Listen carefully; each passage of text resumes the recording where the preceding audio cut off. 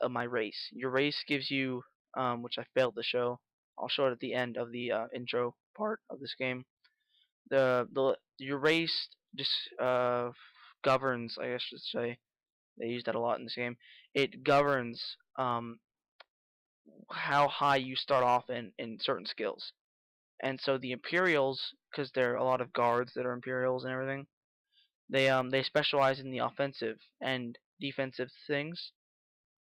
So you start off pretty high in armor, heavy armor, and you start off pretty high in like blade, blunt, hand, so all the offensive stuff, and then light armor 5, mercantile 15 because they're traders, and speechcraft 15, and that's like persuasion stuff. So um, I might go through a detailed um, things of this when I actually have to use them. So like if when I actually at the end of the intro you can actually change your class, you can change your race, and then later on in the intro you select a class and a birth sign. So you can change those alls when you exit the intro part, but you can't change them after that. So you have to make sure that that's what you want. And I'll show you that when we get there. So these are your stats, skills, factions. If you're part of any cult or cult or a faction or a group of people or something, and then these are your actual stuff. So it'll tell you that you have a 40 bounty, which is like the guards. I have to, if a guard catches me, he'll actually say, "Stop! You have violated the law. Pay your debt or serve in jail or something." And 40 is how much gold I have to pay the guard to not go to jail. Or I can also select an option to resist arrest, and that means that he'll start attacking me, so I have to run, because the guards will own you in the beginning, and later you actually will own them. But if you get like a $20,000 bounty, gold bounty, I should say, guards in any city will just automatically attack you. So once your bounty gets high enough, the guards will not. Well, once your bounty gets high enough, I believe it's above 200. The guards, if it's below, if it's a reasonable high like this, if it's a reasonably low value, I should say, like this, the guards will not openly run up to you and start a dialogue with you. We only have 3 options, pay the gold, go to jail, or resist arrest. And going to jail actually decreases your stats, your skills, I mean. So if you have 100 in every skill, which I believe is the max, you have 100 in all these and you go to jail, depending on how high your bounty is, some of these skills will go down. So like if you have 100 in armor, if you go to jail with a 40 bounty, none of them may go down, or only one of them may go down by 1 point. So that's not very hard to get back, because the game can't hold you there for like 6 hours. So yeah, and then that's pretty much what your character information is. So what I'm gonna do is I'm gonna show you a trick where if I'm standing here, and sometimes this works, sometimes it doesn't. If you'll notice that these people are different from the rest of the people in the game, so is he. Because of the intro part, you have kind of like a grace period. So I can attack this lady, and she either will or will not try to attack me back, depending on if you get lucky or not. And I can actually turn the difficulty up. Okay, yeah, I had it on the easiest because I'm a scrub. So about the middle. That's the gameplay difficulty. So now I have the same amount of health, yeah, and magic and fatigue, but I take more damage and I deal less damage from enemy opponents. And the difficulty, the bars are scaling. So like at max, it'll be like, no, at the middle where I am, it's ideal, a 1 times modification, yeah, whatever, so it just gets harder as you move the bar up, as obvious. So I can attack this lady without her attacking me back. If I attack this dude, see my skill increased up in the top left. If I attack this dude, or I go over and attack this dude, then all the guards will start attacking me. But this lady is glitched. And see how she has a crown when you target her? She has like a crown symbol. That means if I knock out all of her health, she will remain unconscious on the floor and then get back up a few seconds later. And actually, this dude and the guy up there are invincible, and so is this dude. See, when I target her, she has a health bar that goes down when I punch her or when I cast spells at her. He doesn't have a health bar, so I can't even do damage to him because he's a story character. That means he doesn't like die immediately. No, she's weird. I don't want to have a spoiler. So this guy, if you get lucky, sometimes it works, sometimes it doesn't. There's nothing you can do to change whether it works or not. You can actually cast spells at him without the guards retaliating, and so you can farm a skill here, and then you can press T to wait, and so on. Um, so this is an easy way to gain, a few points of skills and magic, destruction, I should say, before you actually start the game. And you're not supposed to be able to do this, but I found it out as a glitch. I was trying to actually um, kill the guards um, because I didn't like them. They were being mean to me. So I actually got him to open the gate, and I was really excited, because I actually found this out. I don't know of anybody else that has found this glitch. Um, I told a couple of my friends, but so yeah, you can just do this, and you can also, if you're a certain race, you have a bonus with this. You can actually, how do you sneak in the game? You can actually sneak. It's like a stealth mode. Um, so like, it's not really a stealth mode. It's people can't see you if you're pro, you know. So sneak is. Oh, let me change that to like a F. So actually that was, yeah, so whatever. So you can bind a key there. So like now if I press F, I enter a sneak mode. See the eye in the middle of the screen? That tells me if someone can see me. See, a lot of light is shining on me and my sneak skill is not very high. So that means that basically anybody will be able to see me. Um you actually crouch a little bit too. That has no real difference though.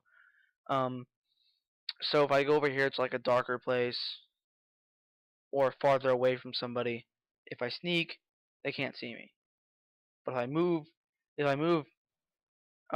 really slowly, they can't see me. But if I move really fast, I make more sound so they can see me. And also the light shining on me is not that much, so yeah. And when you're sneaking, you have different options with people. So like when I'm not sneaking, I can just talk to her. That's how the dialogue is. They close up on their face, and usually that means she's rejecting me. She doesn't like me. Um, if I later in the game, after I actually do what he says, you'll see that I have dialogue options, like so scripted sentences that I can say.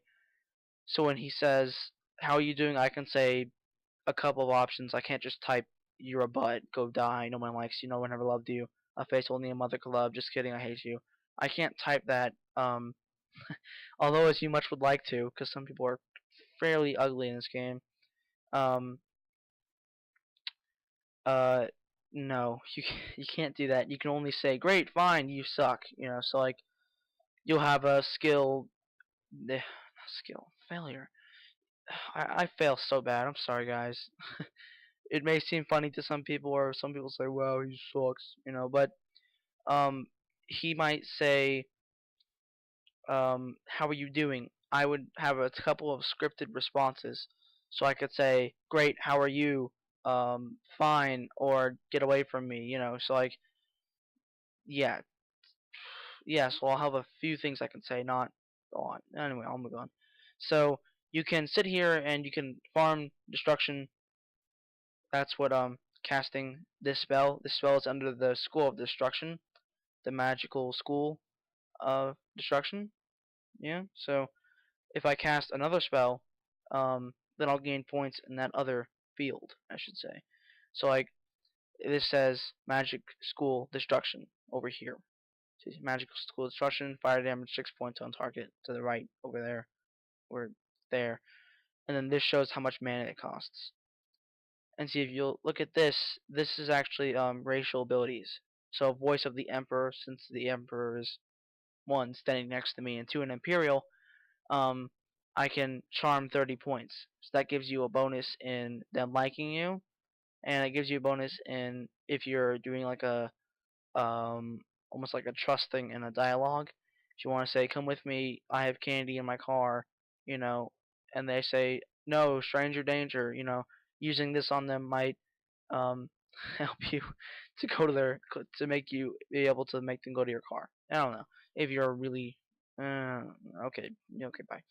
And this is your other spell that you start out with. So besides your usually if it's a greater power or just a power, you can only use it once per day, and it's a racial ability. So other races have different abilities in this. There's not the only two there is in the game. So anyway, once we're past that, this spell costs 5 more magical points. That means I can only use it about 4 times before I run out of magica, which regenerates slowly. Um, like I don't know what the actual rate is when you start out, but see this one costs less. As you can see, 14, 19, and this one does damage, and this one heals you. So when I use this, it's in Magical School Restoration. So if I use this a lot, I will gain points in Restoration, which is right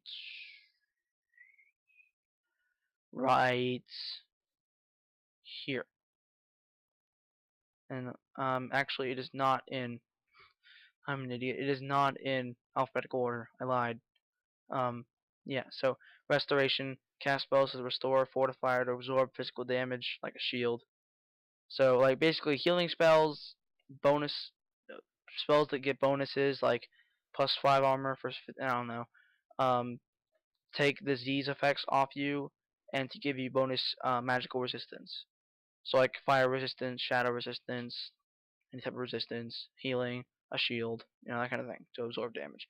So if I'm gonna keep on using this, as you will see, I don't know if this is probably another video segment. See, destruction is now 11. It used to be 6, but after I cast those few spells on him, it went to 11.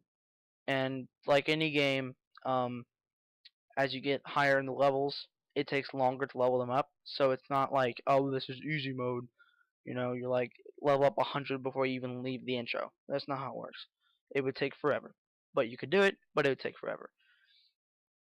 And also, this lady over here, if you sneak next to her and you pickpocket her, you'll actually, I would want to save before this, because once you, let me just explain it. Pickpocketing is where you can take the items they have in their, what they have on their person, besides armor.